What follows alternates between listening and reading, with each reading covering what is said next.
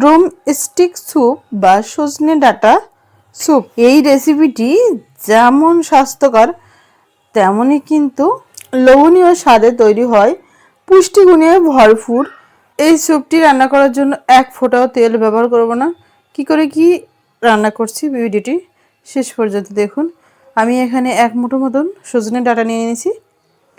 এখানে এইরকম সজনে ডাঁটা হলে স্যুপটা কিন্তু খুব ভালো হবে, কারণ এর মধ্যে শ্বাসটা কিন্তু খুব সুন্দরভাবে মানে শ্বাসটা বেশ ভালো পরিমাণে আসে। তো এক আঙুল মতন লম্বা করে আমি এইগুলো এইভাবে কেটে নিচ্ছি। আর এইভাবে এক সাইডটা কাটলে এরকম টান মারলে কিন্তু এর উপরে এই যে আঁশ টাইপের মানে খোসাটা হালকা উঠে যাবে। তো এটা তুলে নিলে কি ভালো হবে।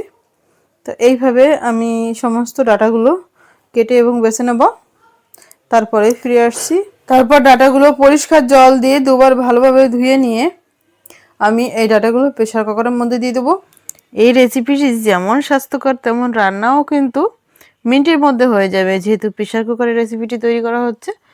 ওই জন্য এটা বানাতে কিন্তু মানে খুব অল্প সময়ে কিন্তু এটা তৈরি হয়ে যাবে। তো আমি প্রেসার কুকারের মধ্যে এখানে একটা ছোটো সাইজের পেঁয়াজ, এক টুকরো আদা, রসুন 2-4 কোয়া, আর পরিমাণ মতো মানে লবণ, হলুদ, আর একটা টমেটো কুচি করে দিলাম। মানে এগুলো সবগুলো একসাথে দিয়ে দিতে হবে। দিয়ে দিচ্ছি 2 গ্লাস জল, মানে 500 ml মতো জল। প্রেসার কুকারের ঢাকনা দিয়ে আমি এটা 3 থেকে 4টে সিটি মেরে নেব।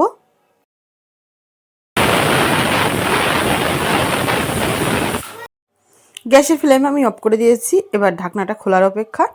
ঢাকনাটা খুলে আমি এই একটা এরকম মানে পটেটো ম্যাশার অথবা এরকম একটা ডাব্বু হাতার সাহায্যে আমি কিন্তু ভালোভাবে এটা ম্যাশ করে নিচ্ছি। ম্যাশ করার একটাই উদ্দেশ্য, এই শ্বাসগুলো মানে ডাটার ভিতরে থাকা শ্বাসগুলো যেন একদম বাইরে বেরিয়ে আসে। আর এটা এরপরে কিন্তু এটা ছাঁকনির সাহায্যে মানে একটা ছাঁকনির সাহায্যে এটা ছেঁকে নিতে হবে, মানে জুসটা আলাদা করে ফেলতে হবে। এরকম একটা ছাঁকনি নিয়েছি আমি এরকম একটা বাটির উপরে।